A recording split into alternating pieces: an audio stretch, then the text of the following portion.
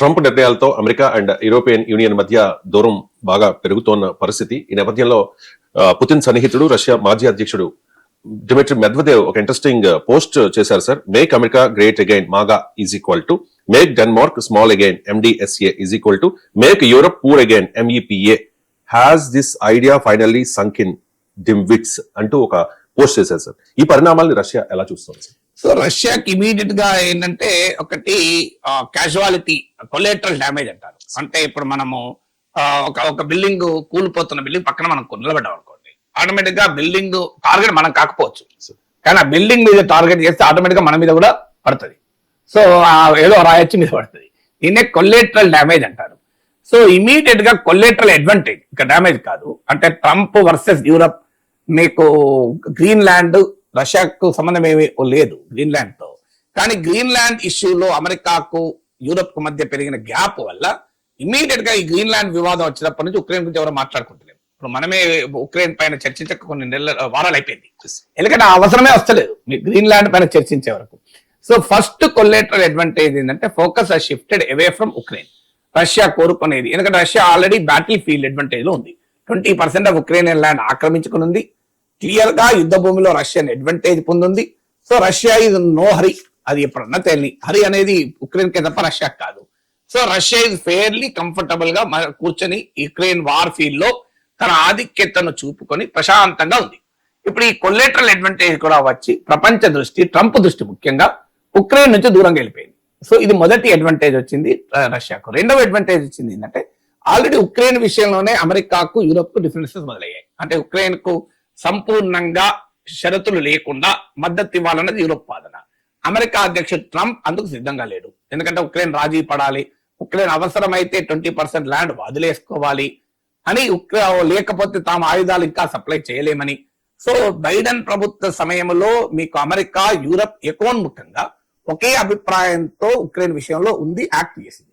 Trump వచ్చాక Ukraine కు ఏ రకమైన అండదండలు ఇవ్వాలి అనే విషయంతో పాటు ఉక్రెయిన్ సమస్యకు పరిష్కారం ఏంటి, యుద్ధం ఎలా ఆపాలి అనే అంశం వరకు ట్రంప్ కు యూరప్ కు మధ్య పెద్ద గ్యాప్ ఉంది. Trump is very clearly not totally in favour of Ukraine.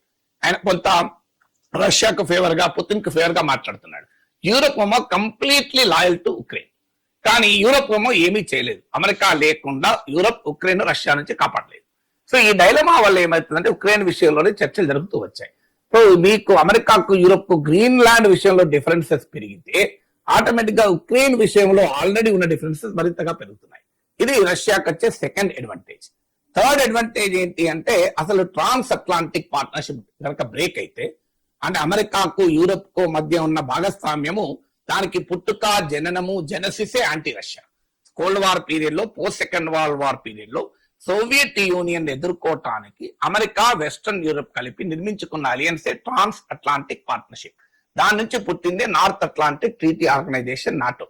తర్వాత సోవియట్ విచ్ఛిన్నం తర్వాత మీకు సోషలిస్ట్ బ్లాక్ బ్రేక్ అయ్యాక ఈ వెస్టర్న్ యూరప్ కాస్త ఈస్టర్న్ వైపుగా కూడా ప్రయాణం చేసి ట్రాన్స్ అట్లాంటిక్ పార్ట్నర్షిప్ లో ఎంటైర్ యూరప్, దాదాపు most parts of Europe except Belarus ఇలాంటి 1-2 దేశాలు మినహా ఎంటైర్ యూరప్ కూడా ఇంటెగ్రేట్ అయిపోయి ట్రాన్స్ అట్లాంటిక్ పార్ట్నర్షిప్ లో భాగమైంది.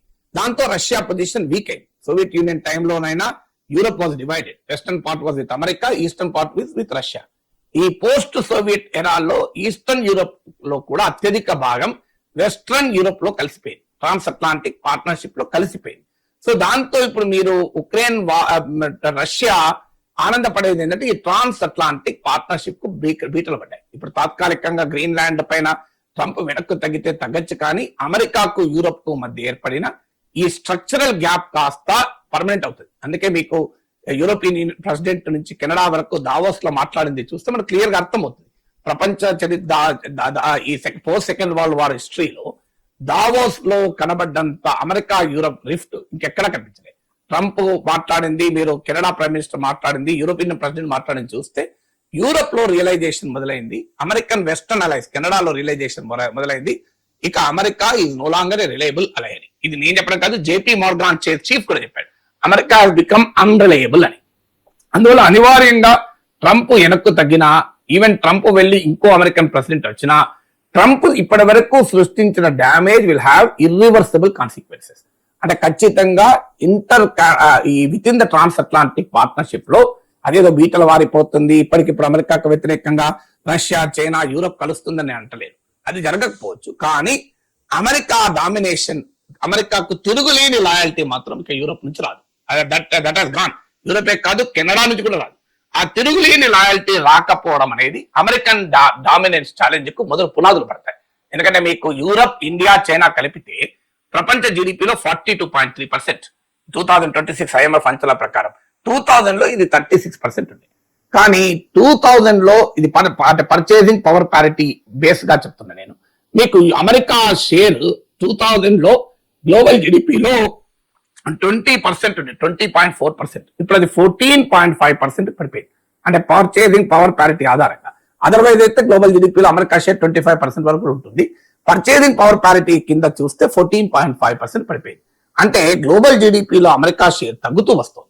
సో ఈ పరిణామక్రమం ఏం చేస్తుంది అంటే మీకు అందుకే ఇప్పుడు డాలర్ ఆధిపత్యాన్ని ప్రశ్నిస్తూ ప్రయత్నాలు ఎందుకు జరుగుతున్నాయి. మీకు యూరో బలపడుతుంది. మీరు గమనించండి, లాస్ట్ 2025 లో డాలర్ తో పోలిస్తే యూరో 12% పెరిగింది. మన రూపీ వీక్ అవుతుంది కానీ యూరో బలపడుతుంది. యువాన్ ట్రాన్సాక్షన్స్ పెరుగుతున్నాయి. మీకు లాస్ట్ 10 years లో మీకు ఈ చైనా ప్రతిపాదించినటువంటి CIPS, cross border inter bank payment system ద్వారా ట్రాన్సాక్షన్స్ రెట్టింపయ్యాయి. యువాన్ ఇప్పుడు చైనా ఇంటర్నేషనల్ ట్రాన్సాక్షన్స్ లో 45% యువాన్ లో జరుగుతుంది. సో అందువల్ల ఈ పరిణామాలు అంటే అమెరికన్ ఆధిపత్యాన్ని ప్రశ్నించి అమెరికా ఆధిపత్యాన్ని అంగీకరించని పరిణామాలు పెరగడం రష్యాకి అడ్వాంటేజ్ కదా. సో యూరప్ కు చైనాకు మధ్య బంధం బలపడింది, యూరప్ కు ఇండియాకు మధ్య బంధం బలపడుతోంది.